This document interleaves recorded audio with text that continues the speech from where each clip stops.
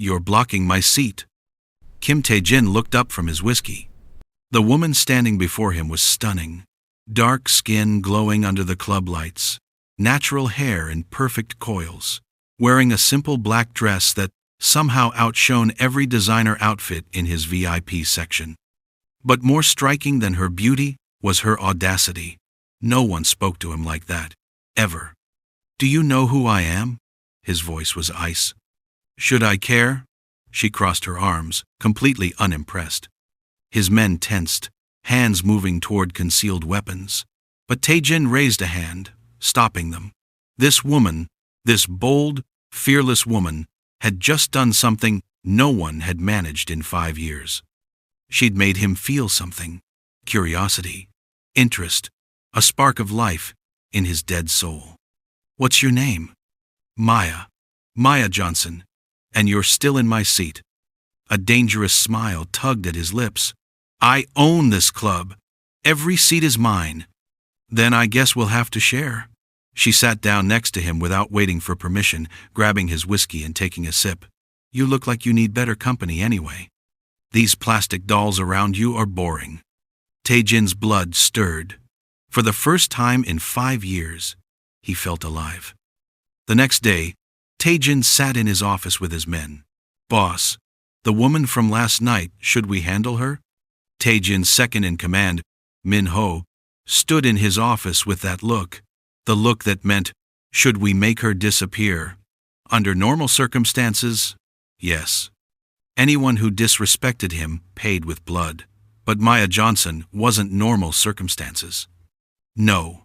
Find out everything about her. Where she lives, where she works, everything. Sir, with respect, she insulted you in front of the entire club. People are talking. They think you're going soft. Then let them think that. Tae-jin poured himself whiskey at 10 a.m., a new habit since the incident 5 years ago. Just get me the information. When Min-ho left, Tae-jin stared at his reflection in the window. Seoul's most feared Mafia boss. Ruthless, cold-blooded, and untouchable. But he had a secret that would destroy his reputation if it got out. He was broken. Physically, emotionally, and completely. 5 years ago, a rival gang's torture left him unable to perform, unable to feel desire, unable to be a man in the most fundamental way. Doctors said it was psychological trauma, PTSD. His body shutting down to protect his mind from the memories. He'd tried everything. Pills, therapy, other women. Nothing worked. He felt nothing until he met her last night. Maya Johnson had stirred something he thought was dead forever, and that made her either his salvation or his greatest weakness. Are you following me? Maya spun around in the supermarket aisle, glaring at the tall Korean man, casually examining ramyeon like he belonged there. Tae-jin, the cold-eyed club owner from last night. Except now he was wearing a simple black hoodie and looked almost normal. Following implies intent. I'm just shopping. He tossed instant noodles into his basket with those elegant hands that probably held guns more than groceries. In Itaewon, at 3 p.m., at the same store I always shop at. What a coincidence. Maya's sarcasm was sharp. I live nearby. You live in Gangnam. Everyone knows that. She started walking away, but he followed, abandoning his basket entirely. Maya, wait. Something in his voice made her stop. Not commanding, not threatening, almost vulnerable. What do you want from me? Tae-jin stepped closer, close enough that she could smell his expensive cologne. Have dinner with me. Tonight. No, she said immediately. Why not? He asked. Because you're dangerous. Because you're probably a criminal. Because every instinct I have says you're bad news. She met his eyes. And because I don't date men who think they can buy everything, including me. I'm not trying to buy you, I'm trying to understand you. His jaw tightened. You did something to me last night. Something I can't explain, and I need to know why. Maya studied him. Behind the cold exterior, She saw something broken, something human. One dinner, public place, and you tell me the truth about who you really are. Deal. The restaurant was expensive, but not obnoxiously so. Tae-jin had chosen, well, elegant, private, but public enough that Maya felt safe. He sat across from her in a tailored suit, looking every bit the dangerous man he was, but his eyes held something she hadn't expected. Fear. You wanted the truth, he said after they ordered. Here it is. I'm the head of the Baekho gang. We control most of Seoul's underground gambling, protection, and imports. I've killed 17 men with my own hands, 23 if you count the ones I ordered to be killed. Maya should have run, should have called the police. Instead, she took a sip of wine. And? She asked. And 5 years ago, a rival gang captured me, tortured me for 3 days. They didn't kill me because death would have been mercy. They wanted me broken. His hands clenched on the table. They succeeded. What do you mean broken? Tae-jin's voice dropped to barely a whisper. I can't. I haven't been able to, with anyone. Since then, it's not physical. The doctors say everything works, but psychologically, he laughed bitterly, I'm impotent. The most powerful man in Seoul's underworld, and I can't even function as a man. Maya's heart twisted. This dangerous, terrifying man looked so human in his shame. Why are you telling me this? Because when you sat next to me last night, for the first time in 5 years, I felt something. Desire, want, and life. His eyes met hers, desperate. You did something no doctor, no pill, no woman could do. You made me feel alive again. After the dinner date, Maya went home and paced her small apartment as she said, This is insane. Her roommate Keisha stared at her like she'd lost her mind. He's a literal mafia boss, Keisha. He's killed people. And he's also clearly got some serious trauma he's dealing with. Keisha, ever the psychology major, was annoyingly rational. Look, I'm not saying date the guy. I'm saying maybe he needs help. Professional help. I'm a nursing student, not a therapist. But you're the first person who made him feel something in 5 years. That's significant, Maya. Trauma that is severe, it rewires the brain, creates walls. And somehow, you got through. Maya stopped pacing. 3 days since that dinner. 3 days of Tae-jin texting her simple things. Good morning. Did you eat? Thinking of you. Not possessive. Not demanding. Just human. Her phone buzzed. My men just stopped an attempt on your life. 3 men were watching your apartment. I've handled it. You're safe now. I'm sorry for bringing danger to your door. If you want me to disappear from your life, I will. Just say the word, TJ. Her blood ran cold. Keisha, call the police. Another text. Don't call police. The men are already gone. No bodies, no evidence, just gone. This is my world, Maya. This is what being close to me means. I understand if you can't handle it. I wouldn't blame you. Maya stared at her phone, hands shaking. Every logical part of her brain screamed to run, to block his number, to move apartments. But something else, something deeper whispered that this broken, dangerous man needed her. She typed, one condition. You see a therapist, a real one. Deal with your trauma properly. I'll help you, but I won't be your only lifeline. His response was immediate. Deal. Thank you, Maya. You have no idea what this means. 2 months passed. Tae-jin kept his word. He started therapy twice a week with a trauma specialist who worked with PTSD patients. Maya met him for coffee every few days, always in public, always safe. They talked about normal things, her nursing studies, his childhood before the gang life, movies, food and dreams. He was different than she expected, intelligent, funny in a dry way, and surprisingly gentle. The more time she spent with him, the more she saw the man beneath the monster. My therapist says, I'm making progress, Tae-jin said one afternoon at a cafe.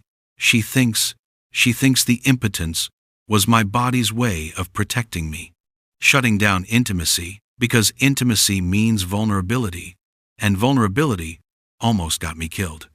That makes sense. Maya reached across the table, touching his hand. He flinched but didn't pull away. Progress, healing takes time. I don't have time. My position in the gang is being challenged. They say I've gone soft, that I'm weak. His jaw clenched. There's going to be a vote next month. If I lose everything. Possibly my life. Then show them you're not weak. How? I can't even. He looked away, shame written across his face. Strength isn't about sex, Tae-jin. It's about surviving what should have killed you.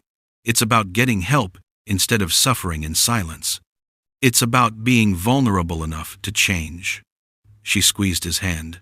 You're the strongest man I've ever met, and if they can't see that, they're fools. Warmth and hope shifted in his eyes, something that made her pulse quicken. Maya, his phone rang. He glanced at it and cursed. I have to go. Emergency. Be safe, Maya. He hesitated, then leaned down and kissed her forehead. Brief, gentle, and electric. When he left, Maya touched her forehead where his lips had been, her heart racing. She was falling for him. God help her. She was falling for a Mafia boss. The call came at 2 a.m. Unknown number. Maya almost didn't answer, but something made her pick up. Maya Johnson? A cold voice. Not Tae-jin. You have 10 minutes to get to the warehouse on Pier 7. Come alone, or we start mailing Kim Tae-jin back to his gang in pieces. The line went dead. Maya's hands shook as she threw on clothes. Should she call the police? Should she call Tae-jin's men? Should she do anything except what she was about to do? But the voice had been serious. They had him. They were going to kill him. The warehouse was exactly where horror movies happened. Dark, abandoned, smelling of rust and blood. Maya found Tae-jin tied to a chair, blood running down his face, surrounded by 5 men with guns. Well, the little nurse actually came. The leader, a scarred man with dead eyes, smiled. Kim Tae-jin, the great Baekho boss, brought down by a woman. How poetic. Let him go. Maya's voice shook but held firm. Why would we do that? He's weak now. Soft, not fit to lead. We're taking over the Baekho gang, starting with killing him. No. Maya stepped forward. You want to know why he's been different? Why he's been seeing a therapist? It's because he's healing from trauma your kind inflicted. He's not weak.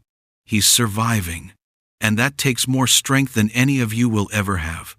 The leader laughed. Pretty speech. Shame it won't save him. He raised his gun toward Tae-jin's head. Maya didn't think. She lunged forward, putting herself between the gun and Tae-jin. You'll have to kill me first. Maya. No. Tae-jin's voice was raw with fear. Real fear. Not for himself. For her. The leader's finger tightened on the trigger. Then the warehouse exploded with gunfire. Minho and 20 Baekho soldiers stormed in like an avenging army. The rival gang members went down in seconds. Maya hit the floor, covering her head as bullets flew overhead. When the gunfire stopped, Minho was cutting Tae-jin free. Boss, are you? But Tae-jin wasn't looking at his men. He was looking at Maya, his eyes wide with something between terror and awe. You stepped in front of a gun. For me. Yeah, well, Maya stood on shaky legs. Seemed like the thing to do at the time. Can we maybe discuss my terrible life choices somewhere that's not covered in blood? Despite everything, the pain, the blood, the near-death experience, Tae-jin laughed. Actually laughed. A real, genuine sound that made his men stare in shock. Boss? Minho looked confused. Are you okay? I'm perfect. Tae-jin stood, ignoring his injuries, and pulled Maya into his arms. I'm absolutely perfect. Later, at his penthouse, After the doctors checked him over and declared him miraculously not seriously injured, Tae-jin found Maya on his balcony, staring at Seoul's glittering skyline. "You should be furious with me," he said quietly. "I brought this danger into your life. You almost died because of me. I chose to be there. I chose you." She turned to face him. "And I'd do it again." "Why? I'm a criminal, a killer, a broken man. You're also brave, and trying to heal, and the first man who's ever looked at me like I'm his whole world." She stepped closer. "I love you, Tae-jin. I know it's crazy. I know it's stupid, but I love you." "Maya," his voice cracked. "I love you too, so much it terrifies me." He kissed her then, soft at first, then desperate, and for the first time in 5 years, Kim Tae-jin felt desire flood his body like a tsunami. He was whole again. 3 months later, Tae-jin stood before the Baekho Council. Every major player in his organization sat around the table, judging him. His second-in-command, Manhood, had called this meeting, but not to challenge him, to support him. "Brothers," Manhood began, "there's been talk that our boss has gone soft, that love has made him weak. I'm here to tell you, you're all idiots." Shocked murmurs rippled through the room. "In the past 3 months, Boss Kim has reorganized our operations, eliminated 2 rival gangs, and increased our profits by 40%.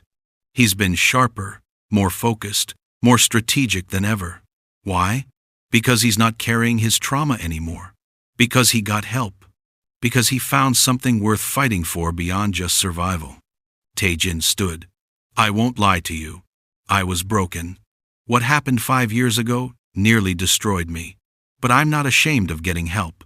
I'm not ashamed of falling in love. If that makes me weak in your eyes, then vote me out. But know this, I'm the best leader this gang has ever had, and I'm not going anywhere." The room was silent.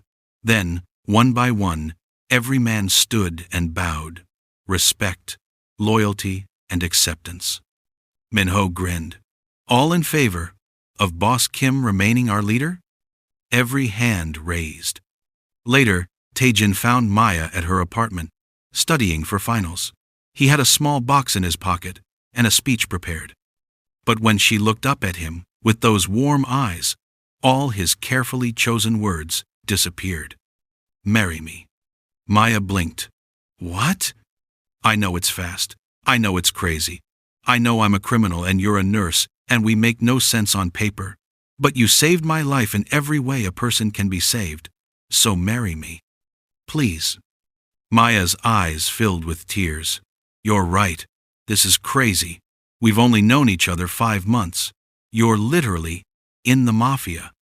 Is that a no?" "It's a yes, you idiot." She laughed through tears. "It's a yes." 1 year later, Maya stood in Tae-jin's penthouse, their penthouse now holding a positive pregnancy test. Her hands shook. This wasn't planned.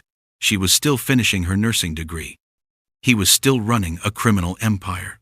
A baby complicated everything. The door opened. Tae-jin walked in, saw her expression, saw the test, and froze. "I know this is terrible timing," Maya started. "I know we said we'd wait until we're having a baby." His voice was filled with wonder. He crossed the room in 3 strides and pulled her into his arms. "We're having a baby. You're not upset?" "Upset? Maya, you've given me everything. You gave me back my life, my humanity, my ability to feel, and now you're giving me a family." He kissed her deeply. "I'm the luckiest man alive." "You're still a criminal." "Working on that, actually." He grinned. "Minho and I have been transitioning the business, going legitimate. Real estate, restaurants, imports, all legal. It'll take a few years, but by the time our child is old enough to ask what Daddy does for a living, I'll have a real answer." "You're really doing that? Leaving the gang life?